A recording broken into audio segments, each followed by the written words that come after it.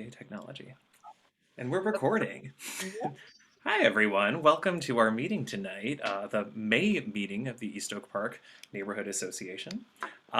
We are delighted to be having Laura Milkuski of the Ferndale Rat Patrol with us to give a presentation on rats and rat prevention and I want to say maintenance. And also, Mary McClellan, the mayor, is here to field questions later. I'm going to go ahead and just turn it over to Laura, who has a presentation. So if you're good, Laura, I think I am. Well, excellent. thank you for having me. And I always love watching people's faces whenever somebody mentions rats. So this is always entertaining. Everybody cringes just a little bit. And I promise this will not be a very cringy presentation. So I'm going to go ahead and ask to share my screen. Oh, Dawn, that's you. Yep. I don't know how to do this. Okay. It's on the bottom. Allow something here. Oh, it would be allow share screen. Oh, the bottom. Oh, you probably have to go Or to put it on or- Laura's, on her face, on her thing, and there's 3 blue dots that come up. Yep. I only have the choice to make her a host. So if you do that, Laura then can share her screen. Right. yeah, I'll Um, do that. Okay. Woo. Technology. There we go. So let's share my screen and I'll make this a little bit bigger so we can all see it. I'll go a little bit quick. So as you said, my name is Laura Mikulski. I'm a member of the Ferndale Rat Patrol. I'm a Ferndale resident. I'm also a Ferndale City Council person. I am not a pest control rep, and I want to stress that as much as I humanly can. I am not here to sell you on services. I'm here to help you understand what you can do as a resident to control the rat population. Ferndale Rat Patrol is a grassroots movement. We have 4,000 members, believe it or not. So there are 4,000 people who are happy to look at pictures of dead rats and talk about rats on a regular basis. And I love the fact that we have the demographic breakdown. More than half are women. So if you think that you are skeeved out by rats and that you can't handle it, I am here to tell you as a lady to lady, you can do it.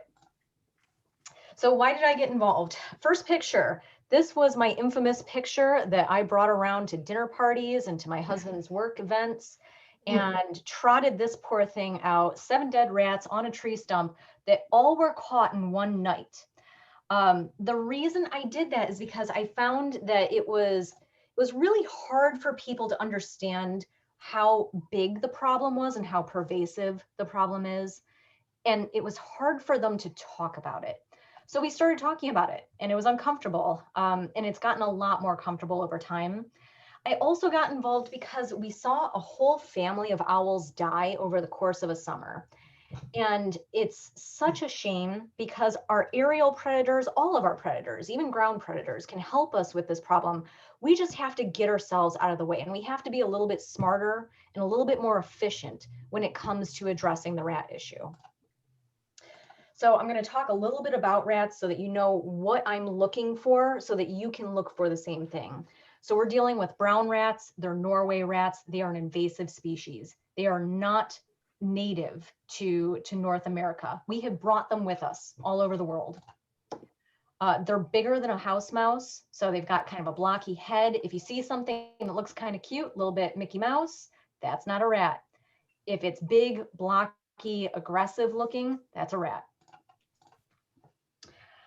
Just so you know, there are a ton of myths out there about rats.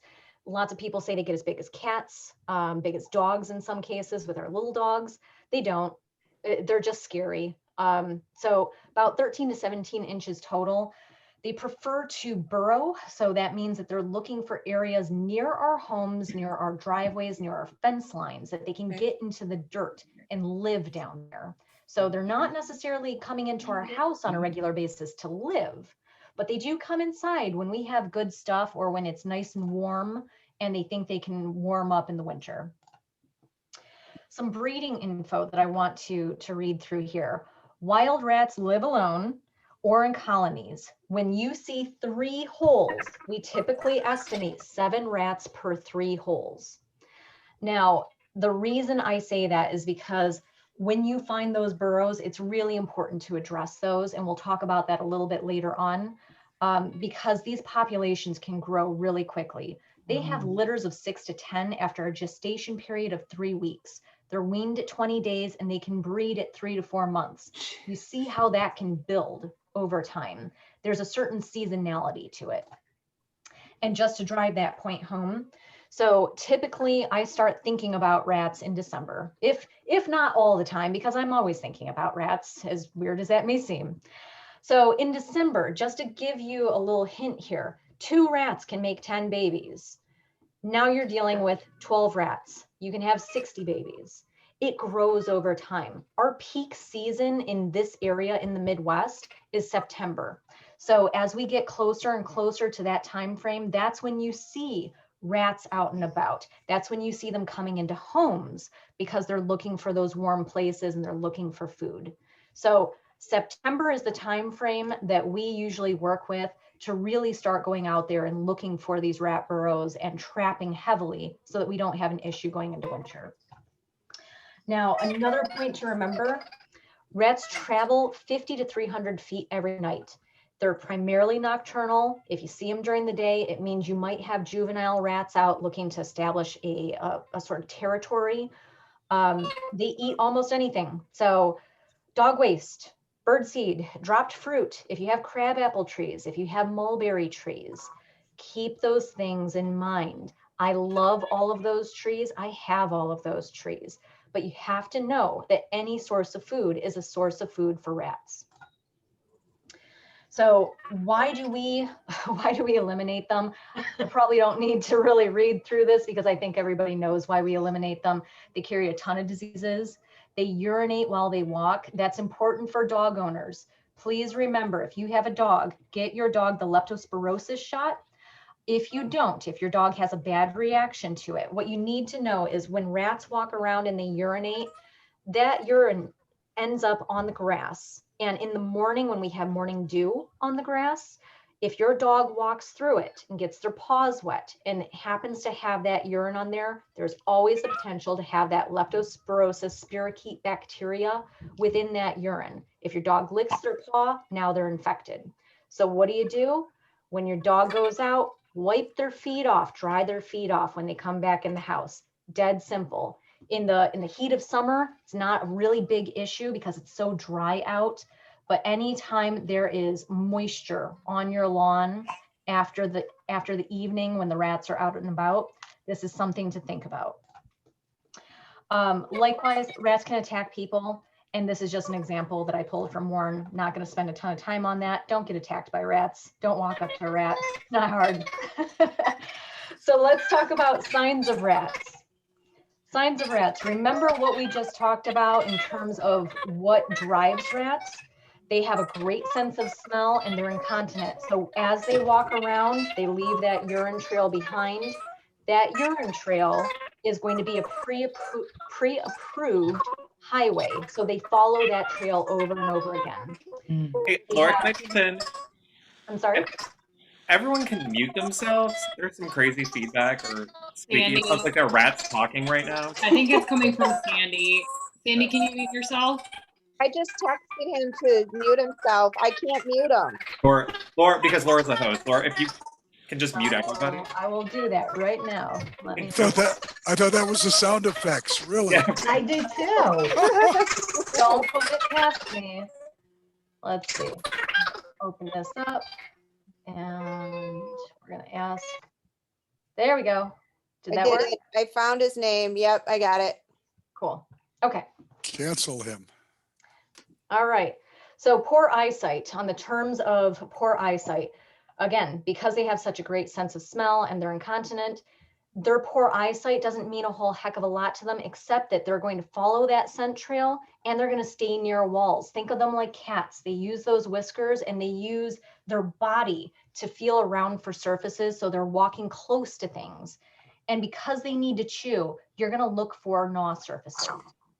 So look for scat. Rat scat's easy to identify when you know what you're looking at. It is not mouse droppings. Mouse droppings are smaller than rice. Rat droppings are about equivalent to the size of a piece of rice. They're a little bit more blunt on the ends. Look for any sort of pathway. This is one up in an attic where they just trampled all of the insulation. So they walk that same path over and over again. I use a UV light when I go indoors or inside somebody's garage so that I can find that urine trail. Look for rub marks. Remember that these animals want to rub up against something, just like a cat does. That's called being positively thigmotactic. So a little bit of science in here too.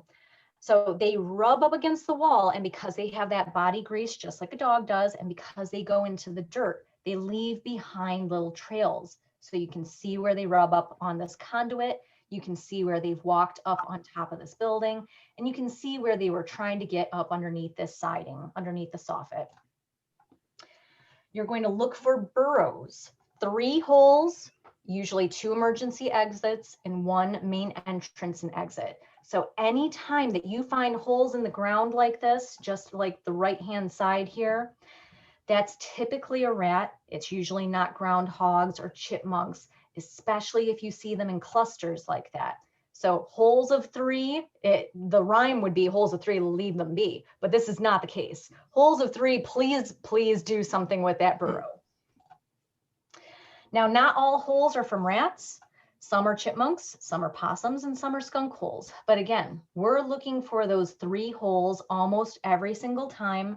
You're looking around walls, driveways, fences, tree stumps, decks, all of those places that seem like they would be alluring to a rat because you've got a sort of roof over top or a wall to protect them.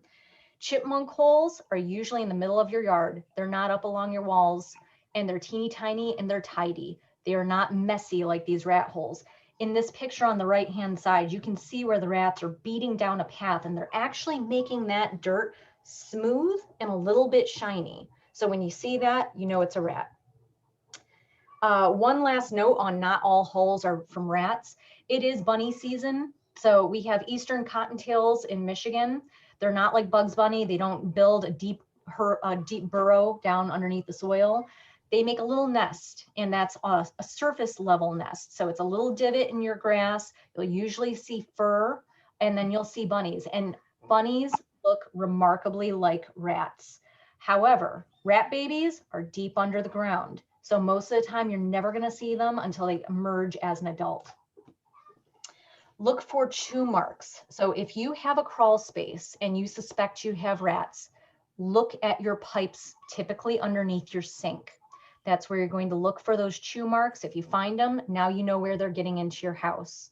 Look for any chew marks on wires. They're notorious about chewing wires, and look for them on your nice new garbage cans. It is my most sincere hope that your garbage cans, knowing that they are such good garbage cans, that this will mitigate a lot of the rat issues that we experience in Oak Park because they're such thick plastic. So fingers crossed, knock on wood, we won't see much of that. Back to rat tracks. Rat tracks are really interesting to find. So again, look at how you can see it in the grass. These animals use the same path over and over again. They beat down a trail. When you find those, you know where you can put a trap, because that trap can easily be placed right over the trail so that the rat basically walks up to the bait. There's no guesswork involved. Likewise, in the winter in Ferndale, the first snow of the season is a celebration here because it means we can all go out and we can find those little hop marks. So it's hopping with a tail drag right down the middle, easy to find. And again, that means I know where to trap. And last but not least, rat travel. Remember I had said they travel anywhere from 50 to 300 feet. So let's say you have an issue at your home and you see a rat walking through your backyard. 150 feet in a radius, and this is my home, so feel free to visit me. 150 feet in a radius is where you're going to look for any sort of rat burrow. What does that mean? Work with your neighbors. That's why it's important to talk about this. That's why it's important that as a community, we address this. You can even spiral out a little bit from there. So that 300-foot radius in times of like lack of food or any sort of distress, the animal will spiral out from its home base, and it can roam up to 300 feet. So if you don't find a burrow in 150 feet, you go out to 300 and you will find that burrow. So how do we prevent them? Don't feed them. It's real easy. They like food, we like food, they like our food. So we're going to use good trash cans with a tight sealing lid. Make sure that you put your trash in the can. Don't just leave the bag out with food in it. They will chew right through that. If you are somebody that feeds the birds like I do, just know rats can climb up a pole. It's remarkable. They just go right up the pole like it's nothing to them. So knowing that, some of the things that you can do are you can sweep up the seeds at the end of the night. So before the sun goes down, sweep up any seeds that touch the ground. Use a seed catching tray. You can get those from Wild Wings Unlimited, and they have multiple locations all over the place. So catch the seed so it doesn't hit the ground. Also, you can just bring the seed in at night. It's not that hard. Don't leave your pet food outside. Don't feed the feral cats. If they are feral cats, they should be helping us with this rat problem. Pick up your dog waste.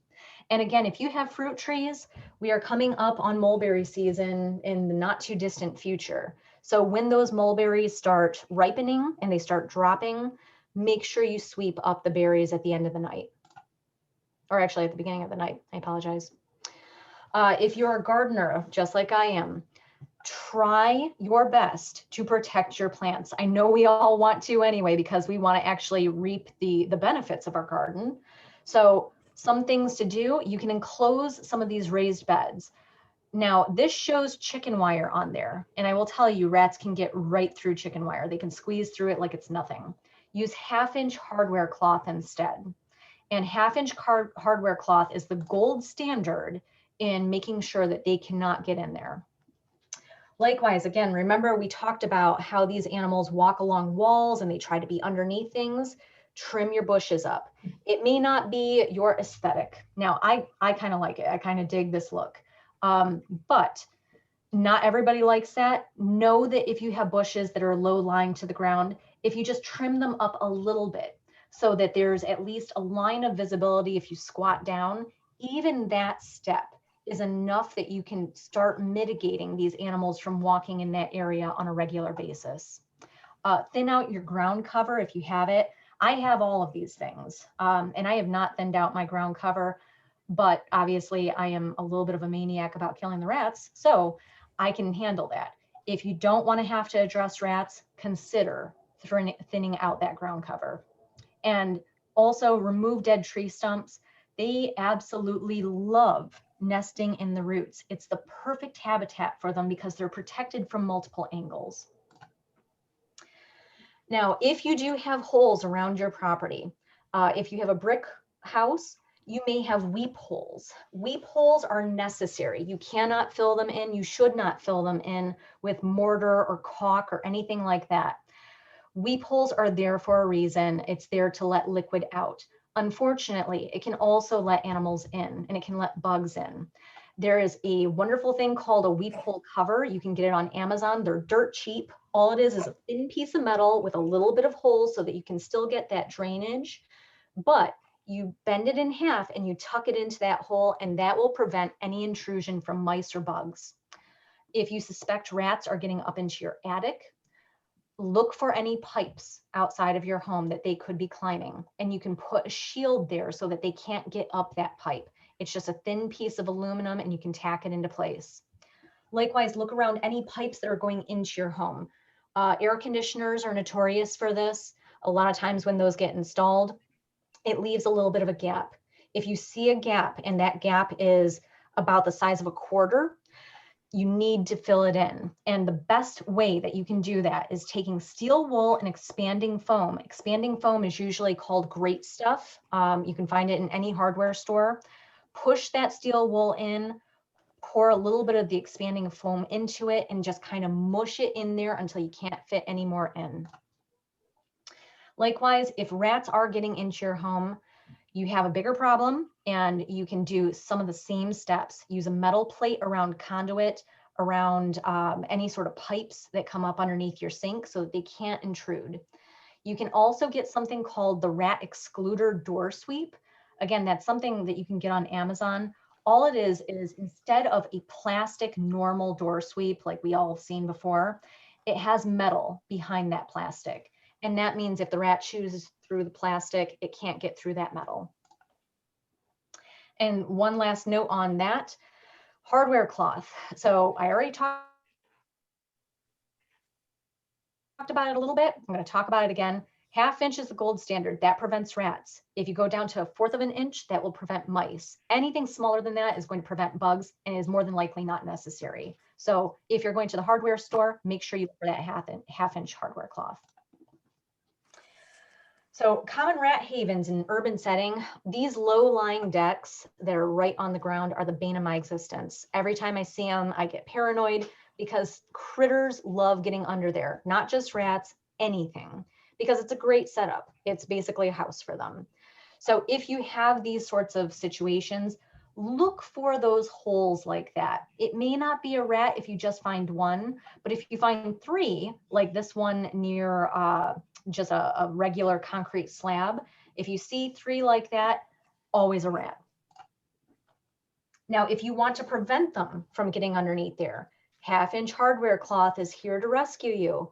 All you have to do is take that 1/2 inch hardware cloth, 2 feet down, 2 feet out in an L shape. It is a ton of work, but it is the absolute best thing you can do in that situation because that will prevent them from getting in there about 99% of the time. If you have a really dedicated rat who chews a corner of the wood, they might be able to get through, but they can't get through the hardware cloth. A note on rat repellents. Everybody loves the idea of rat repellents. I'm here to tell you, most of them don't work. Some of them are actually not conducive to getting rid of rodents because that ultrasonic sound that they emit can actually attract them. And that's what you see down on the right-hand side, where there's an ultrasonic repellent plugged into a wall and a mouse is jumping right on top of it. Don't waste your money. Make sure that you prevent them. Make sure that you eliminate them. If you are going to use a repellent, stick to things that we know work. Peppermint oil will work, but it only works for 3 days. So you're talking about a ton of peppermint oil, usually only in an enclosed space, and it's about 20% efficient. And final note, critical last step. Once you have eliminated rats, you must eliminate the scent trail. Otherwise, more rats will always come back to the same area. Remember, these animals are driven by smell. So you have to get rid of that scent trail from their urine and from their body. 1 part bleach to 10 parts water. It's dead simple. Mix it up and pour it on anything that's outside. You can use it on grass, you can use it on plants. It will not kill your grass or plants. Don't let your dog walk through it and lick their paws. Wait until it dries, and then you'll be fine. If it's a heavily soiled area where you've seen a ton of rat waste, do a 50-50 mix, and you can use that to scrub concrete or pour it directly on dirt. So let's talk about how to eliminate rats. And I'll go pretty quick here. First things first, talk about it. And if you know me, I talk about it all the time.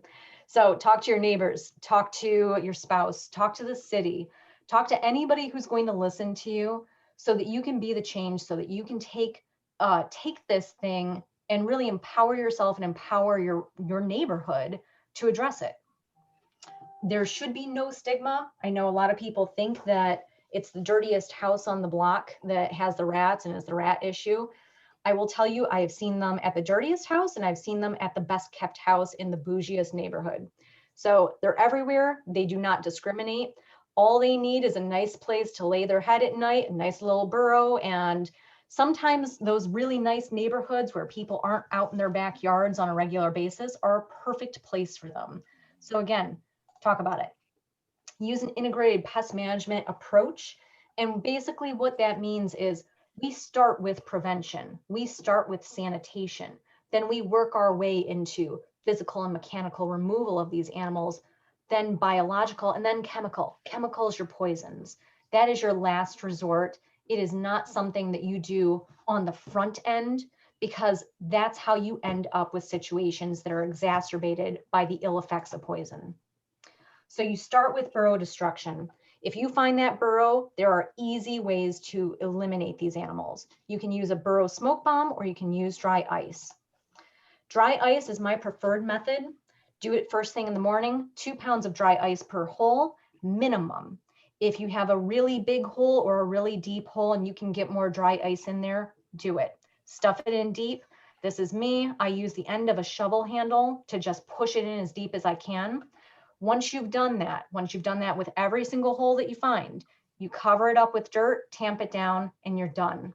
9 times out of 10, that is the end of your rat situation, because they're all down in the hole, and solid CO2, which is your dry ice, sublimates into gaseous CO2, and essentially it anesthetizes the rats, and then it euthanizes the rats.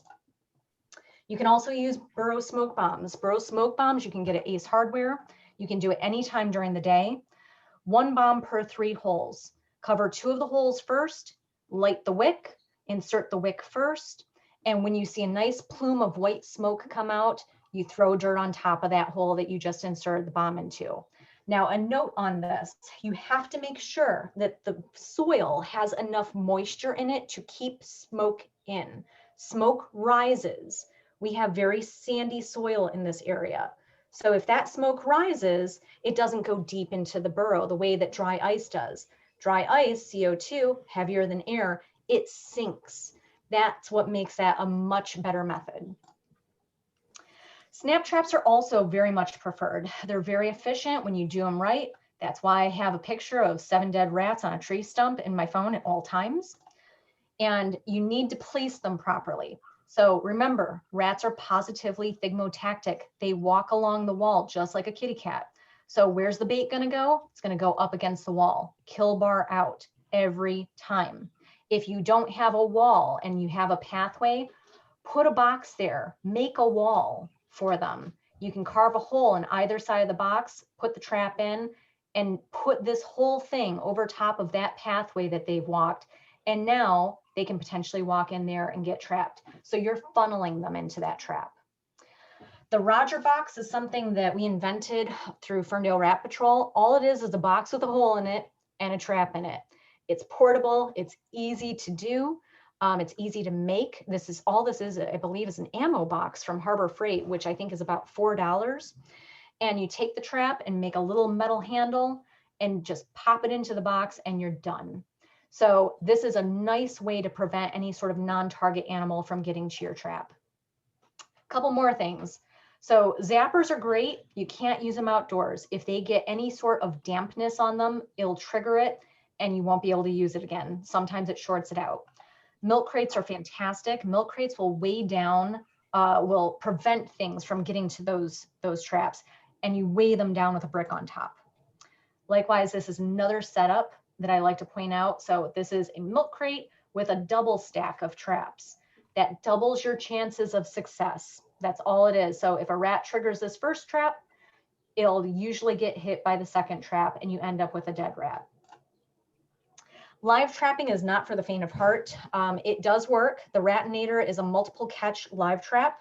You can put that out there and catch about 12 in one night at the max. But you have to do something with the rats after. What you do with them is your discretion. They are not something that you can rehome. They are an invasive species. They are detrimental to the environment. So it is up to you to decide how you would eliminate them at that point. Best practices in terms of bait, anything that smells great. So chocolate's good, vanilla's good, Reese's peanut butter cups are fantastic. You might catch me out there. Stinky meats and cheeses are fantastic, and so are dog treats and bird seed.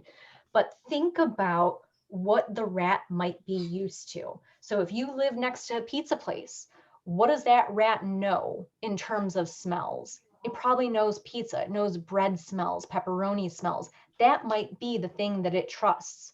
Rats are neophobic, so they don't like new things. They don't want, sushi placed out there. They want something that they know and trust. Think in terms of that.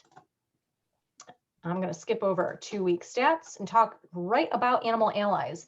So why are we doing some of this?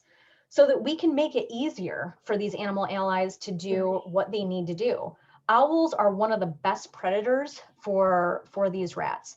Now, most of the owls in our area have been eastern screech owls, but because of some of the work that we have done to mitigate the use of poison in Ferndale, we are finally, after 10 years of not having a great horned owl in the area, we finally have 2. And a great horned owl can eat its weight in rats.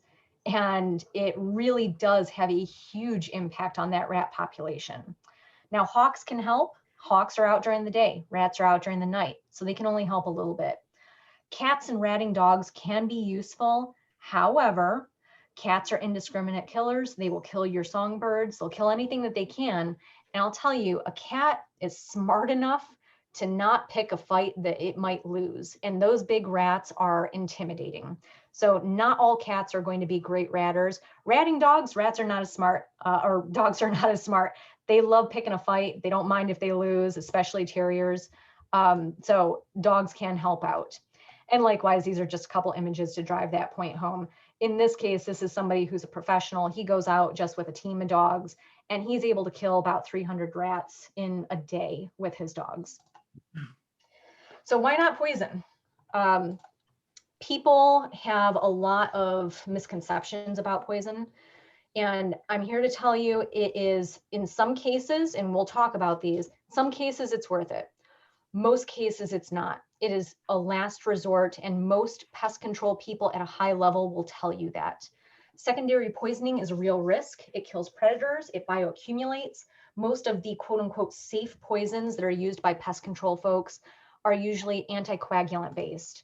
Now, anticoagulants are they're like the same anticoagulants you and I might take if we have blood clotting issues. However, some of the quote unquote safer anticoagulants can persist in liver tissue for up to 8 months. Bromadiolone is one of the fan favorites within the pest control environment. That's one that lasts for 8 months. Imagine if your animal catches a rat, eats a rat, 8 months later catches another, and now it's bioaccumulating within their system. Over time, that can have a real impact, and not just your pets, but to predators as well. I'm just going to skip over that. If your dog has been exposed to an anticoagulant, this is something you can look for. Look for hemorrhaging. Look for what looks like a horrendous bruise on their belly. So look for pale gums, pale tongue, and that bruising, and you'll know that that's an anticoagulant that your dog has been exposed to. Likewise, I'd like to point this out because this is in your Oak Park Neighbors forum. This was a hawk that had more than likely ingested rat poison from some of the rats in the area. So just keep these things in mind. If we do better, our predators can help us. So is poison ever okay to use? Yes, under certain circumstances. Now, bromethylene is a very common poison. It's available for us to purchase. You don't need a pest control person for it. It is a neurotoxin. There's no reversing it. If your dog or your cat or your kid gets into it, they cannot reverse it. There's no vitamin K shot that can come to save the day. So if you're going to use it, be careful. It does not bioaccumulate though, so there's no risk of secondary poisoning. So if you are using it, the predator population is safer. What's the safest poison? Radex. Radex, all it is corn gluten meal and salt, so it causes them to dehydrate and die. However, it doesn't have great smell to it. Rats aren't particularly fond of it, and it's not very efficient because they're just not interested in it. So when to use poison, use it in closed spaces. If you have crawl space, if you have a shed, something where a rat is going to go in there and eat the poison inside, that's a perfectly fine use of it. Also near burrows, because rats, if you ever had a hamster, you know rodents stuff things in their cheeks and then they run off to where it's safe. So the same thing happens with these bait boxes. Rats will take that poison bait, stuff it in their cheeks, and then run off to their burrow. Now, if you know where that burrow is and you're not interested in doing a burrow busting with the dry ice or the smoke bomb, you can put a poison bait box near that so that they can potentially come out, grab some of the poison bait and go back home and eat it. So is there a poison that only kills rats? No. Anybody that tells you differently is selling you a bill of goods. And I have heard it a million different times in a million different ways. There is no such thing. Even that rat X that is just corn, gluten, and salt in enough of a quantity can mess with your dog's metabolism and their pH and cause them to die. So again, if you're using poison, be careful. And is it possible to be rat-free? Yes. So I love this map because I think it's hilarious. Alberta, Canada is the only place in the world that is rat-free. And there's a reason. They talk about it incessantly, just like me. They love talking about it. They have a patrol out there. They basically have a border patrol dedicated to looking for rat intrusion, and they take swift action whenever they find them. There's no stigma. There's no, there's no hand wringing or anybody worrying about it. They just deal with it. It is part of their maintenance for their area. And it should be part of ours as well. And that's it. That's my condensed presentation. So I'm going to stop sharing my screen and I will take any questions that you have, because I think I have a couple more minutes before I hit the 45-minute mark. And Laura, that was great. Like, honestly, if people have questions, please jump in, and either in the chat or raise your hand or just unmute yourself and speak. I know Carrie, I don't know if she made it to the meeting or not, she texted me a question, which maybe I'll just read this. Oh, if it was Carrie Gustafson, she was mentioning that there were some rat burrows near the school. Yeah. So anytime that there's a construction project, if a building's coming down, I believe most code says that bait boxes have to go out. So it is what it is. If that's code, that's what you have to do. I will tell you the better way of doing it is, if you find those burrows, if you know that there are rats there, address the burrow. It's a no-brainer. You can get it done in a day. And when you get it done in a day, now you don't have to worry about when that building comes down, all those rat burrows getting disturbed and then the rats moving out into the neighborhood. So find the burrows now, address the rat burrows now, and then when the building comes down, you don't have to worry about anything. Question? Yes. Is it possible to make your presentation available? I see you have is it a PowerPoint presentation? Could you send that to us so that we can then disperse it further? Sure. If you could send it to Jeffrey, then I'll see that it gets dispersed through the rest of our list. Absolutely. And Laura, we had a professional exterminator talk. We had an issue in North Oak Park 6 years ago. And they said Oak Park is very proactive in the rat thing, but I think you've overcome us now. This is the best presentation I have ever heard and the most complete. And take your show on the road, girl. It's wonderful. Well, I've been doing this presentation. I think we formed officially in 2016. And I have been doing versions of this all over the place since then. And again, it's the more you know, the better you can do. And I appreciate that. I appreciate everybody listening to me and looking at pictures of dead rats, because I know it's not the funnest thing to do. But again, the more we talk about this, the more that we do, the better off we all are. Laura, are there ever more than 3 holes? Yes, and there can sometimes be less.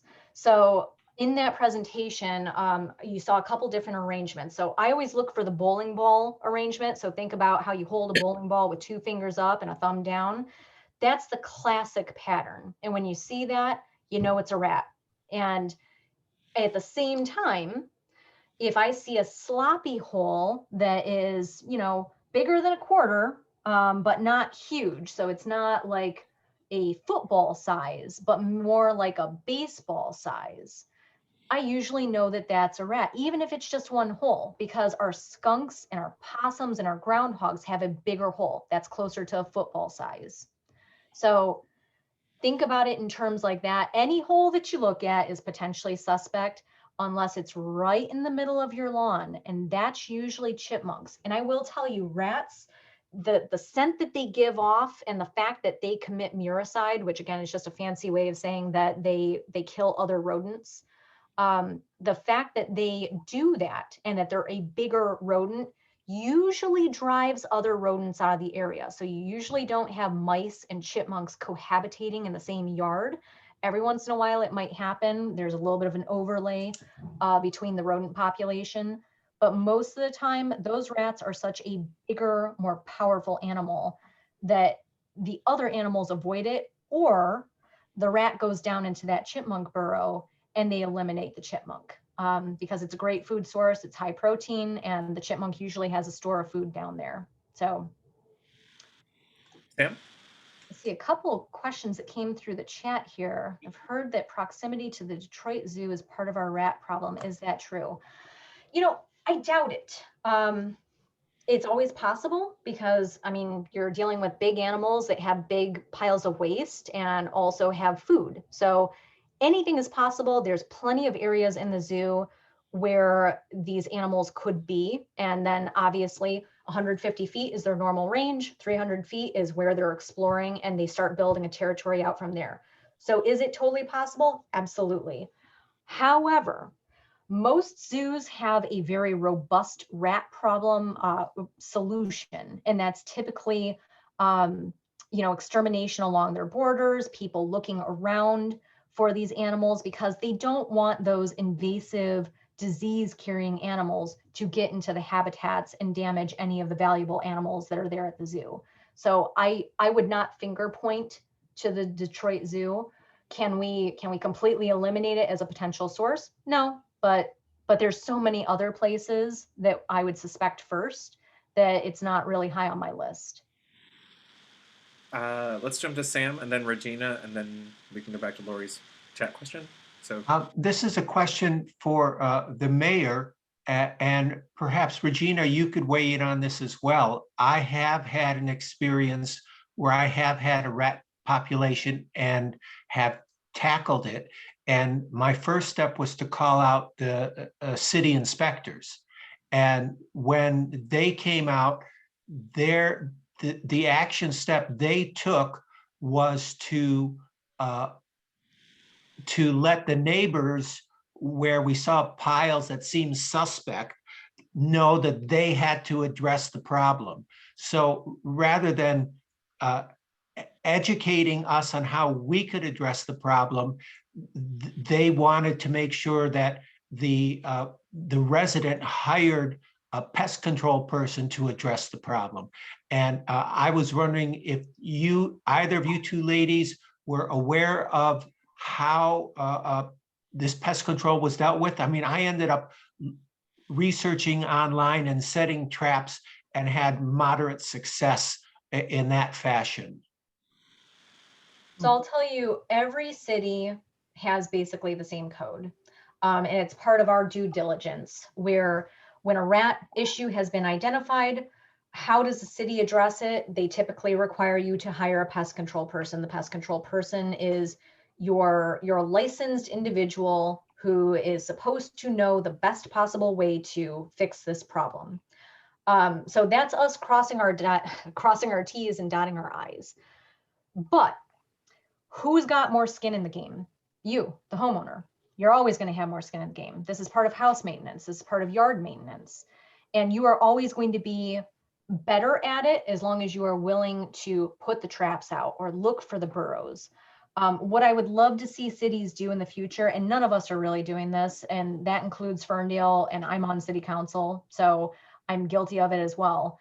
What I'd love for us all to do is educate more. So there's usually pamphlets that are available talking about getting your wood off the ground so rats can't burrow underneath of it. That's the least of my concerns, if I'm totally honest. Like, I want people to go out there and clean their yard and get the seed up and get the fruit up and not feed the cats. And all of that is stuff that you might not think about, but I also don't want it to be punitive because there are some cities who have outlawed bird feeding and who don't want you to garden and recommend that you don't garden. And that goes too far. So it's a real thin line. And it's one that we tread cautiously because you don't want to step on anybody's rights. And you also, you also want to help them do the right thing and mitigate the problem. So it's tough, but yeah, I think we should all do a better job of educating instead of just Laura Mikulski and Ferndale Rat Patrol talking about it. The other issue I had was I would set the traps at night, but then I'd have to bring them in the morning or I'd catch birds. Yep. Yeah, luckily I'm a night owl. I don't sleep very well. I've got a ton of insomnia. So I will tell you my protocol now that I've had a baby and she keeps me up and makes me tired throughout the night. My normal protocol is sun goes down, I put the traps out. Midnight, I go out and I harvest my catch. And that's a real weird way of putting it. And I just realized that, but that's the truth. So midnight, the baby has gone down to sleep and I'm still awake and I'm starting to, drift off.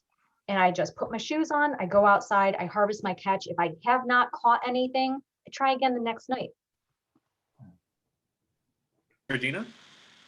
Yeah, Laura, like everyone said, this is awesome and such helpful information. And thank you so much for first of all, thank you so much for doing your due diligence and putting all of it together and educating the community at large and also bringing this to our block club. When I hear Rat Patrol, I think like going around looking for rats. And I'm wondering, I have two questions. The first one is, I'm wondering if maybe if you would be willing to lend your expertise, and I don't know if other people would be interested if we did like a East Oak Park, like walking rat tour, looking for burrows or other things in our neighborhoods to see if we could identify some potential issues that we could then address. And then my other questions that I don't want to forget is, while I have no sympathy for the rats and I'm happy to eradicate them and kill them, I was just wondering about the traps themselves. Are they the snap traps? I was told in the past that those don't always instantly kill them, and that can lead to some sort of like nasty potential suffering. Absolutely, and I'm glad you brought that up. So number one, I would love to do tour of rat burrows and tour your alleys and businesses and wherever you want to take me and point out whatever I see. But two, yes. So remember that slide where I had the traps placed so that the bait is up against the wall? There's a reason for that. So smart trap placement, 9 times out of 10, is going to fix any problem where you end up with a rat who is not dead with that trap. So you always want to make sure that your bait's up against a wall whenever you possibly can. Don't just lay your traps in the middle of a yard or in a pathway. Always have that bait going across where the rat's going to walk up against a wall, because you're funneling them into the area where when that trap goes off, the kill bar comes down right on their neck. And I'm just going to share my screen for a hot second so that you can see that. Let me go back to this. So again, this rat's walking this way, if you can see my cursor. And this is your bait plate. So that's where the food is. So when it does this, and it happens to nibble, nibble, nibble, this is the kill bar that comes down. So where's its neck going to be? It's going to be right here. And when that happens, it severs the spine immediately, and you have a dead rat immediately. And it is so fast and so humane that this is one of the top options for rat control. And again, it's something that's been around for 1 million years, but we just as people have gotten a little bit squeamish about dealing with it. Our grandparents and great grandparents wouldn't have batted an eye, but we get the heebie-jeebies because they're big creepy animals and there's a lot of stigma. So yeah, it's, for the most part, again, trap placement is very swift. Like I said, I caught 7 in one night. I have since had one night that was a little bit better than that. And I think there's somebody on Rat Patrol that beat me and caught about 13 in one night. So depending on the size of the population that you're dealing with, and if you don't have access to a burrow, you can really clean up the entire population in one night if you do it right. Laura, what do you do with them? I treat it the same way that I treat dog waste. I put a Meyer bag on my hand and I grab the trap and the rat and pull that bag down over it, tie it up, and toss it in the trash. Crystal, do you have a question?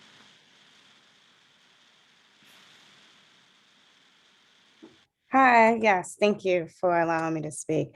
I do have a question. Laura, that's a great presentation, like everyone else has stated. I got interested just a few weeks ago. I was out with the community picking up trash in East Oak Park. I was out with Ziggy, Megan, and yeah, so it was a lot of us out there. And it was pointed out to me the holes that we saw in the ground were actually from rats. So now to hear you talk about it even further excites me even more. So I think this is great information. I'm glad that you were able to give such a great presentation. Thanks, Yeah, Laura. again, I appreciate that. If you find those rat burrow holes, I will tell you, Bumblebee Gas and Extraction. It's over in Hazel Park, and it's part of a BDT head shop. They have dry ice in riced form, so it's pork. And that is by far the best deal over there. They stock it. They stock a ton of it because we send everybody. Wow. So Thank it's $1 a pound. And if you figure 2 pounds per hole minimum, so basically you go and you count the holes, and if a hole looks big, scale it up to 5 pounds. Most of the time I can address a nice burrow system for under $25, which is Wow. far better cost than hiring a pest control person. Definitely. Yeah. Definitely. And just so Thank you. you know, pest control people would love to use this. Legally, they can't. You and I can, as residents who are not licensed in pest control. If you had a licensed, if you were licensed in pest control, you could only use the EPA approved dry ice, which is literally the same exact thing. It is dry ice that has an EPA label that says rat ice. And unfortunately, that pipeline doesn't exist in Michigan. We've been trying for a couple of years to get that to exist in Michigan, but we need a huge city to buy in on it. Otherwise, Bell Labs won't supply it here. Wow, that's great information. I'm a new homeowner. I just purchased a home in East Oak Park. I've been here all my life, but I just purchased a home in East Oak Park. So it's a little different, but I love it. Yeah, thank you. Laura, what was the name of that vendor again? Bumblebee Gas and Extraction. And they're in Hazel Park. Tell them Ferndale Rat Patrol sent you. In fact, if you go in looking for dry ice, they're going to assume you're Ferndale Rat Patrol anyway. Laura, is the dry ice, the issue about getting the dry ice in Michigan, is that something that might be a legislative issue, or is that different? I've never heard it before. It's hard for me to say. I know for the dry ice itself, it's a pipeline issue, because if they don't have a huge buyer of it, then they don't really have a reason to establish that pipeline. And it's not something that you can transport over long distances. It sublimates. But it's definitely something that if there's any way that we can, I don't know, push the issue with certain areas and get them to ask for that, that would be phenomenal. But that's not my strong suit. And will the dry ice from Detroit Ice on 8 Mile? Yes, they have it in block form. So if you get dry ice in block form, you basically have to chop it up. I use a shovel. So again, remember, use gloves whenever you're dealing with this stuff. You can use a shovel to chop it up. And sometimes, again, if those chunks are kind of big, it's hard to get it in the hole. That's why I like the riced dry ice, because you can pour it in. But yes, you can use any kind of dry ice. It is all the same. It's just solid CO2, turns into gaseous CO2. One should assume that any holes, like, that there is something active happening. I shouldn't admit this, but maybe I should. I have at least, there's probably a situation in the back of my property. And every time I'm back there and I've been working it there, I just kind of keep on shoving stuff into the holes to be like, you stay in there, and hope that it goes away. Which is not the way to address it. But I'm glad you said that, because that's everybody's first instinct, right? You see the holes and you put a rock over top of it. Well, what is a rat going to do? It's just going to burrow around it. It's not hard. Even if you throw dirt on top, the rat's just going to push the dirt out of the way and come popping right back on out. So instead, if you have a bunch of holes back there and they are smaller holes, especially if you have those holes of 3 that are in that sort of bowling ball pattern, if you see something like that, those are rats. Absolutely use one of those burrow busting methods and work with your neighbors if it crosses over into their yard. The first East Oak Park Neighborhood Association Rat Burrow extravaganzas at Jeffrey's house. Everyone's welcome. Right. Yeah, we have Traptoberfest in Ferndale. So starting in September, going into October, Traptoberfest is strong, and we try to hit as many burrows as possible and bring our body count of rats up very quickly so that winter can be nice and peaceful. We should definitely bring that to East Oak Park. How long does dry ice keep? Like, not very long. It all depends on where you're keeping it. So if you're using one of these things, if you get dry ice, get a good cooler, put it in the cooler. Do not put dry ice in your freezer. It is not something that you want to put in your normal house freezer. It will mess with your freezer. It can cause it to dysfunction. If you are transporting it in your car, keep your car windows open if you don't have a good seal on that cooler, because I don't want you to gas yourself. And if you want to keep it a little bit longer, what you can do is when it's in that cooler, wrap the cooler with towels or blankets so that you're insulating it more. And that will prevent it from sublimating out.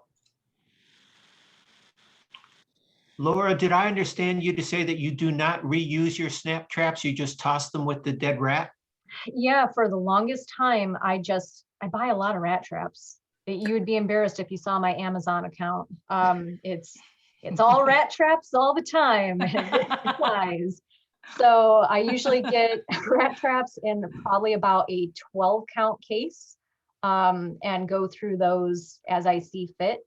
I have reused some in the past, and I'll tell you those black traps, the black plastic traps, if you have arthritis in your hands or you're scared of the wood traps, the black plastic ones are a valid method. They're just not as effective as the wood ones with a nice steel snap bar. But my mother can't use those because she has arthritis in her hands. So I got her some of the black plastic ones, and that's what she uses, and they work just fine. It's the same basic premise.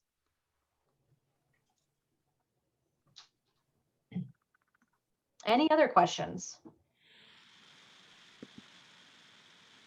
Seeing no other questions, I will invite you all to, if you're on Facebook, feel free to look for Ferndale Rat Patrol. We are a relatively fun bunch. There are tons of images, tons of files. I have files out there talking about how to use the dry ice. I have all the images from the presentation out there. I have plenty other images as well. And we are all in this together. We will all help each other. When I have time, I've gone over to Oak Park, I've gone to Hazel Park, I've gone as far as Livonia and as far as Grosse Pointe. So feel free, if you have an issue and you're scared to address it, or you want somebody to take a look at something, feel free to post it there. And if I don't respond, somebody else will. There's plenty of people on there. We're 4,000 plus members at this point. So don't forget to hand the reins back over to me for the recording and everything, Laura, please, before you go. Yeah. Let's see if this does it. The sharing. Okay, it says I'm the host now. Okay, perfect. Thank you. Lori had asked a question about the city, so I think it's more of a Marion focused question. Here, but we have pamphlets. And if you call and say, you know, would you come and look at my burrows and see, the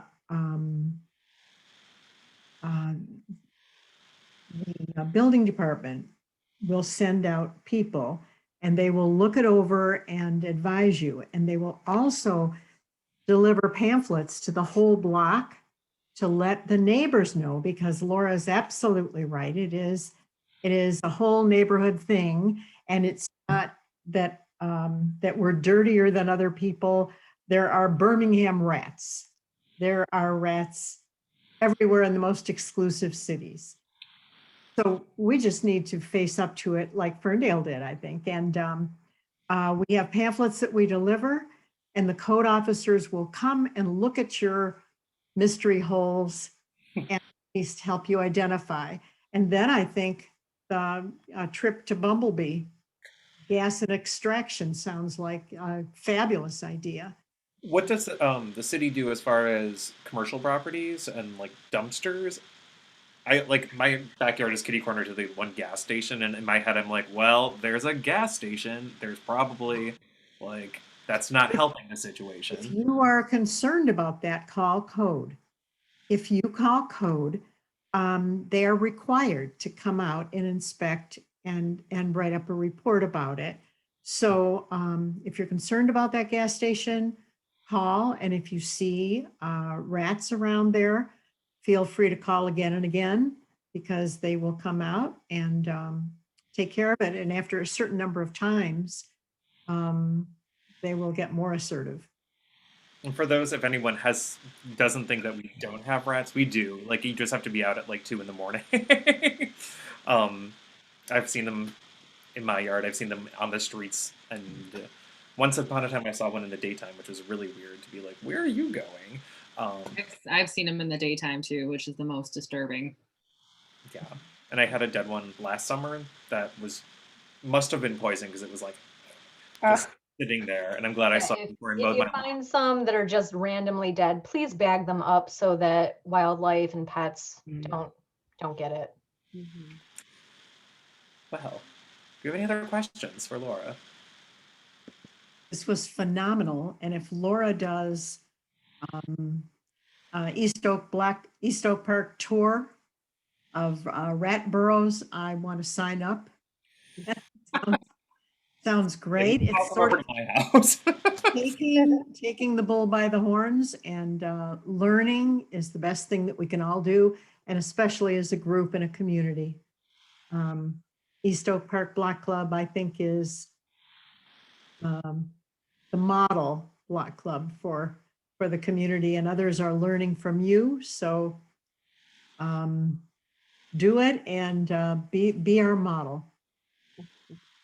No one has any further questions for Laura. We probably can let her go and stick around and chat with Marion for a little bit if anyone has questions not related to rats. Not related to rats. Thanks again, everybody. I will show myself out. Laura, Thank thank you. Laura. Oh my gosh. Bye, Laura. Take care. Thank you so much. Laura needs to record this and pass it on to other cities. That whole hour presentation is remarkable. Good news, 9 Mile, you've noticed that we've got some pop-up parks. We've got that trailhead. You can ride your bike there and get air in your tires. Now we're working on the south side. And this is an area that has had nothing on it for decades and decades. And now we've got sidewalks installed. There had been fences, like a green one, a white one, a blue one, a brown one, a falling down one, all of that, just very patchwork looking. And now the city has replaced that with lovely taupe fencing on both sides of the street. It is amazing. They've pulled all of the weed trees that we've looked at that just get caught up in the fence and start growing and looking disreputable. Those are gone. We just at the last council meeting ordered the play equipment for the 9 Mile Park on the south side, the one that's a linear park. And it is going to be so exciting. The trouble with anything municipal is it takes time. I want it, installed Tuesday, but they informed me that it will take a while to order. It will take a while to ship. Sometimes it's not, it's not available and you have to wait. They have to install it. They're installing electrical lines for the lights on 9 Mile Road. This is going to be a game changer for the city of Oak Park. This is something that we had hoped for. I think we started talking about this in 2014 when we had community groups. You could come in and pick things that you liked, pictures of other parks. We are now installing. So in the next 6 months, hopefully, that will be installed, and then they will move to the landscaping part of it. And this will be a public space that will be welcoming to everybody, all ages, grandparents, parents, kids, singles, everybody.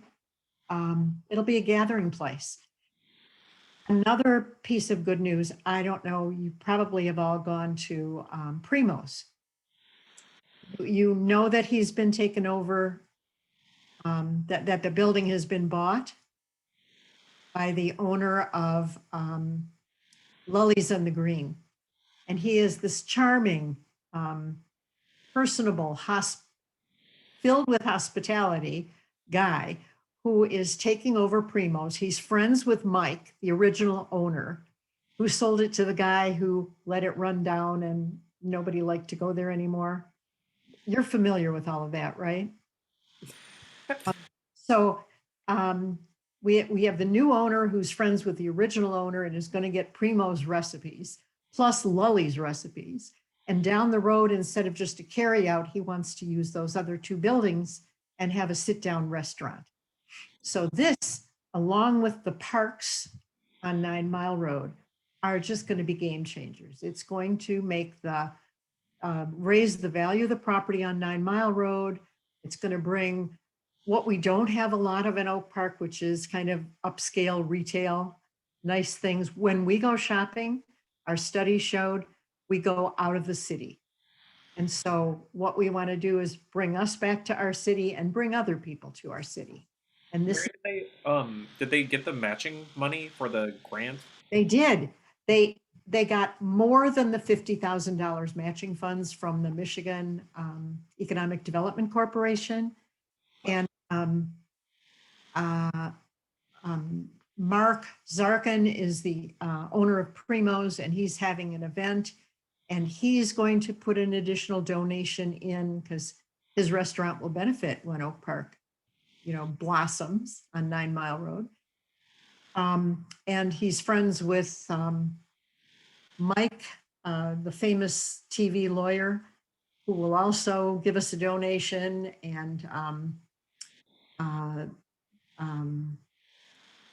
we have donations coming in still. So this will be a wonderful park. We're not pinching pennies and clipping corners and all of that. This is going to be something we will be so proud of. And it's taken just 6-7 years from the beginning of the idea to now where we're actually going to see some things go up. So that's remarkable. The other fun thing that's happening is we don't have a downtown in Oak Park, but we have kind of these areas with shopping, like 11 Mile is starting to be, I talked to Rocky, who was our police officer for a long time, and he moved north in Michigan. And I said, we've got 5 restaurants coming in on 11 Mile. And he said, 11 Mile? It's always been totally industrial. We changed the zoning there for mixed zoning, mixed use. And Kim has been very, very active getting restaurants in there. So we have 2 breweries coming. One is opened by 3 brothers who, when they got wild in the house, the dad would walk in and say, "What's this dog and pony show?" So they're naming their brewery the Dog and Pony Show. And this is going to be on 11 Mile Road. There's another brewery. There's a coffee place by a Berkeley resident that is non-alcoholic drinks. There is a restaurant called Oak Park Social, and there is another restaurant. We are going to have 5 places to go on 11 Mile. And that's a game changer for that neighborhood. So we're trying to think of fun names, and you might have ideas.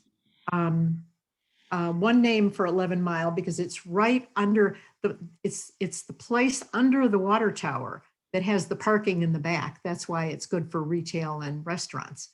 So we were thinking of calling it the Water Tower District, but maybe you have a better idea. Please chip in with your ideas.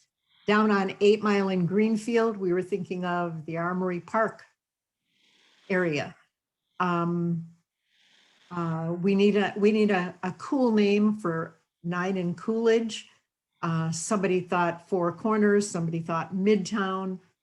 maybe you have an idea that's fun too, please chip in the names. Crosstown Connector for 696 in Coolidge.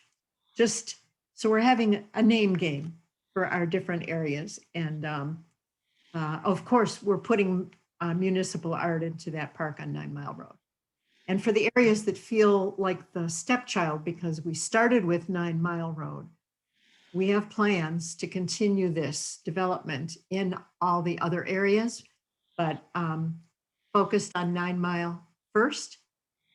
And it's an exciting time to be living in Oak Park. If you have any questions, we have answers. If people want to suggest names, I know it was posted on Facebook a few times. It's probably on the city website, I'm guessing, right? There's a survey. Mm-hmm. Yep. If you have name ideas, cool names from other cities you've been in, put them in. Glad. Let's see. Library. You all know that we have a new library What do director. you want to do? Kim Schaff is wonderful and is just impressed the socks off the book club last night because she ordered from all the different libraries 10 copies of the book that we're reading. It's this one. So you want to talk about race. Oh, it doesn't show on my thing. You can't see it. It's So You Want to Talk About Race. And it's the book club offering coming up. So please check it out of the Oak Park Library and join us for the book club. If you have any questions, there are a bunch of other things that we could talk about, but I don't want to keep you here all night. I have a quick question. At the last month's meeting, there was discussion of a survey being posted on the website for the Traffic Advisory Board. Yes, yes. And I went to look for that and Yeah, for the survey. I did not find it. And I searched about, is my eyesight bad? Was it not there? What's up? Let me find it myself and send it to you. I'll send it to Peter. And he'll make sure that you get the information and you can send it out with the minutes. Okay. Crystal, you had your hand raised and then you lowered it. I don't know if you saw the question or not.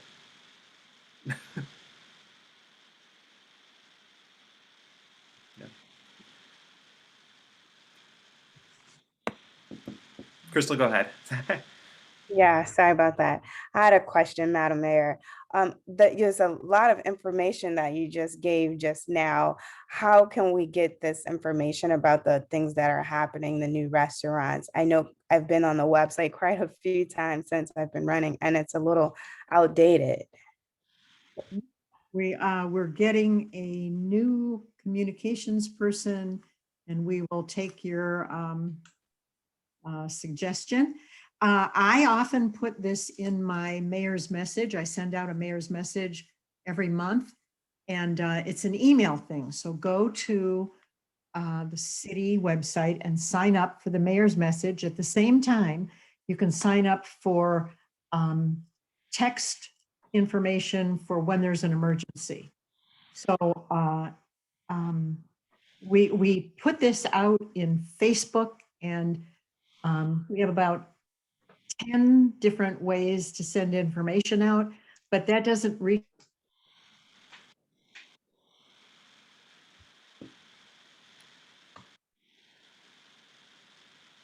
Can't hear you. Yeah, Marianne, the sound cut out. What? Wait, are you there? Thought it was me. No, we can't hear you, Madam Mayor. Now we hear you. Oh, we can. Not on mute. No, you're good right now. Okay. All right.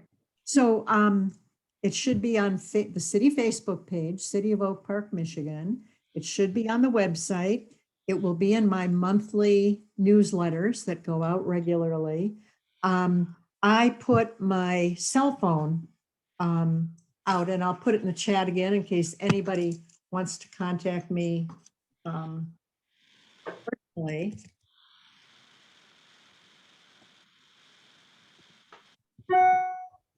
Please feel free to pass that on to anybody. It's not secret information. Anybody is welcome to call with any question at any time.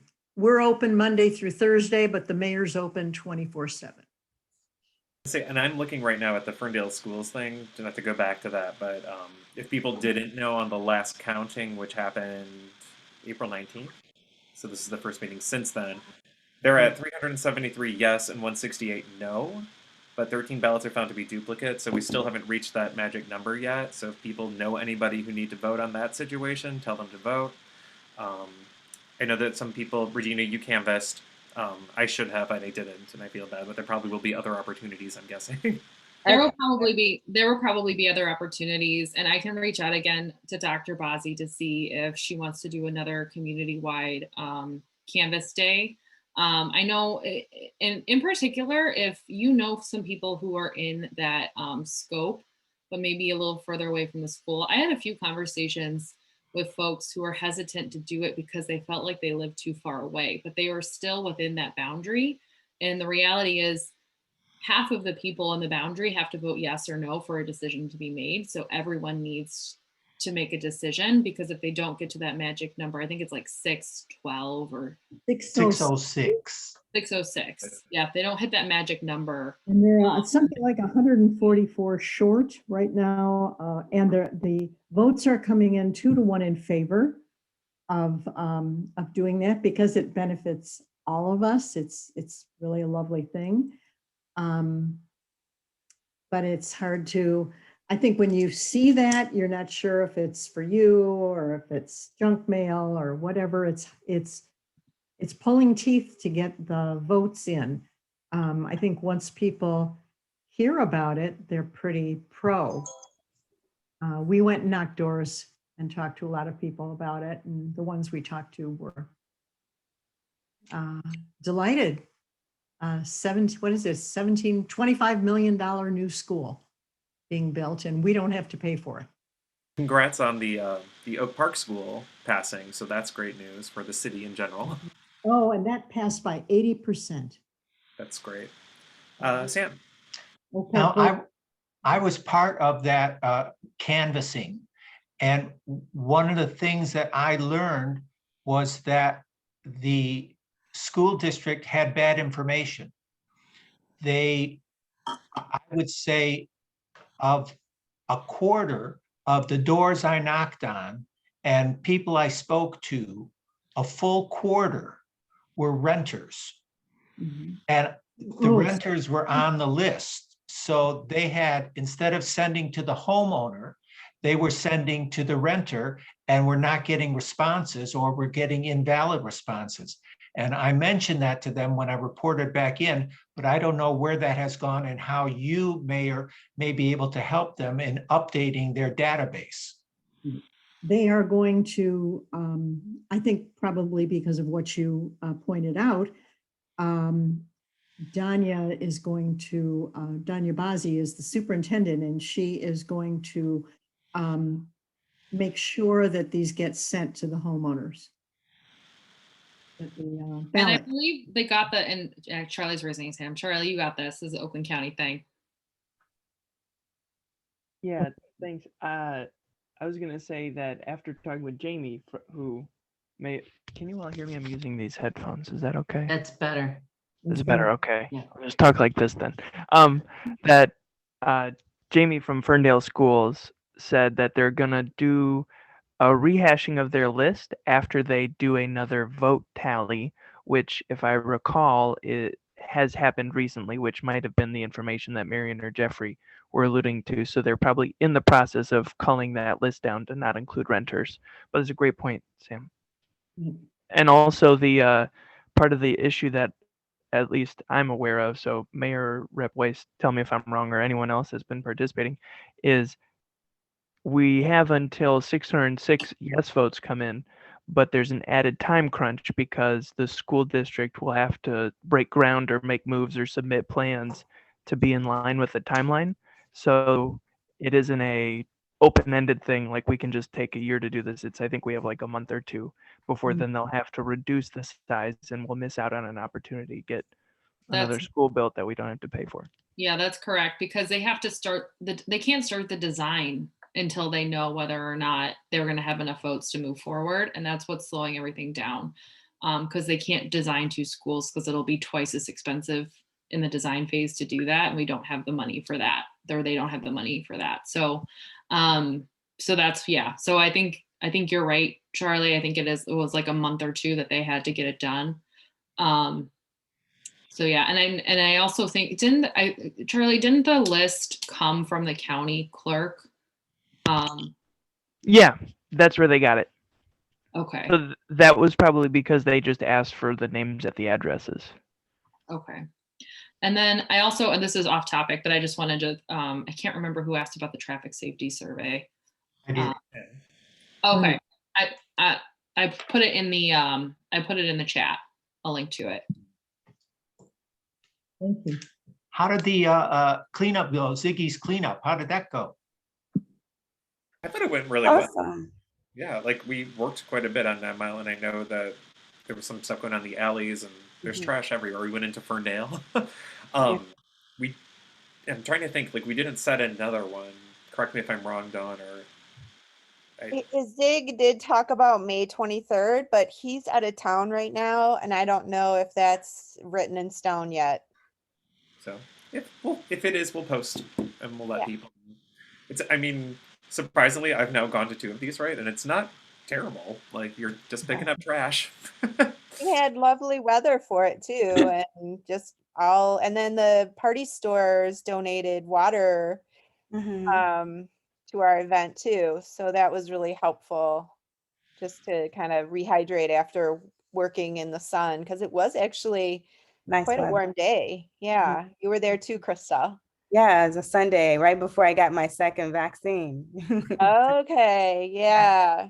So we met up at Sherman Park, and then some of us went towards Pinecrest, some of us went towards Scotia, and we just divvied it up that way.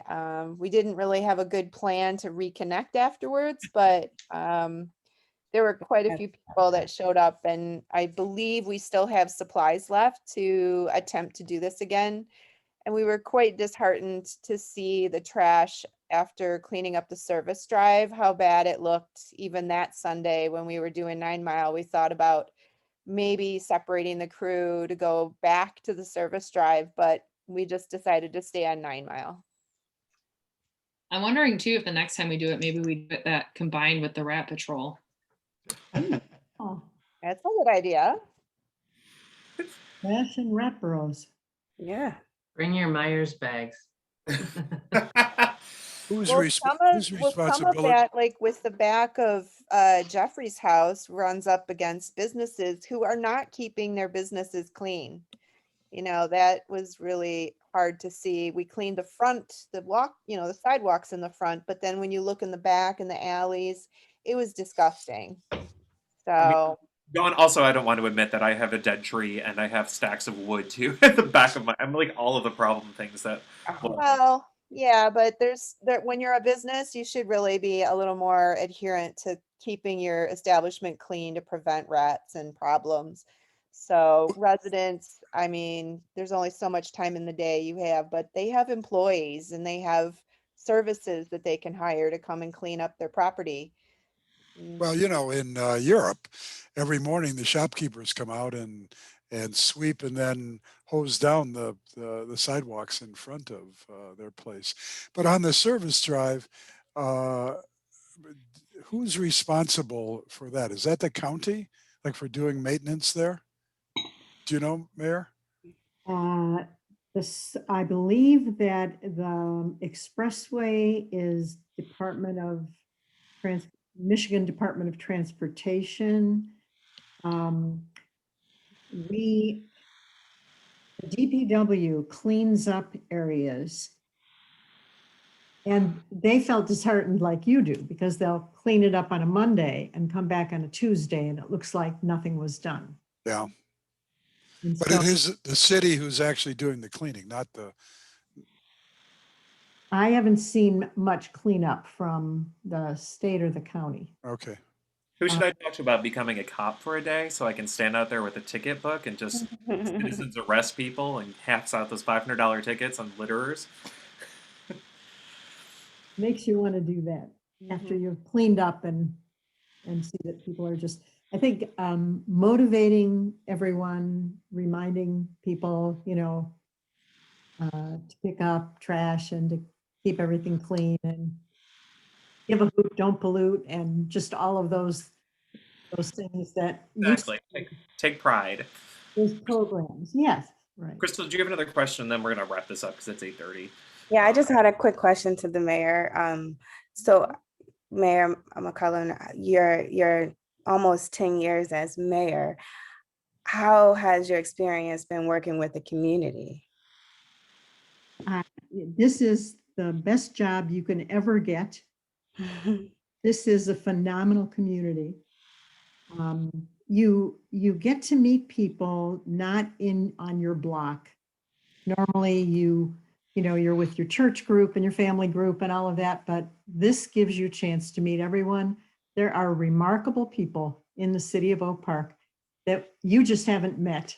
So it has been a blessing. The job has been a blessing in every way. And I don't mind complaints. I think complaints make us better. Compliments make us happy, but complaints make us better. Don't mind taking complaints and helping people. By the time you talk to the mayor, you've got a head of steam built up that you're frustrated about something, whether it's rats or trash or whatever. That's the blessing of the job, is you get to help people find an answer for their question. Thank you. I'll say Regina and Charlie both have dropped their contact information if people have questions on COVID or county stuff or state-related questions. And I just put my, I haven't done that in so long. I just put my city email, which doesn't even exist anymore. So please don't email that email. I'm putting my correct one in there. Sorry about that. And so thank you all for coming tonight. Next month will be our last before a little summer hiatus, unless people really demand that we meet in July, but we probably won't. I thought tonight was a very informative meeting, and it was nice to see everyone. So thank you.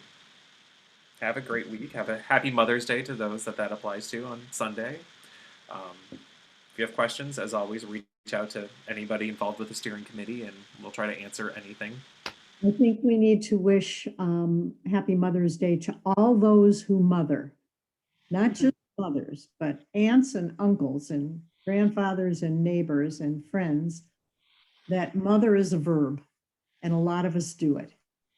So happy. I'm mothering my rats until we take care of that burrow. We're not talking about that. We are. So on that note, have a great night. Thanks, you. Guys. Bye, everybody. Bye. Bye, Barbara. All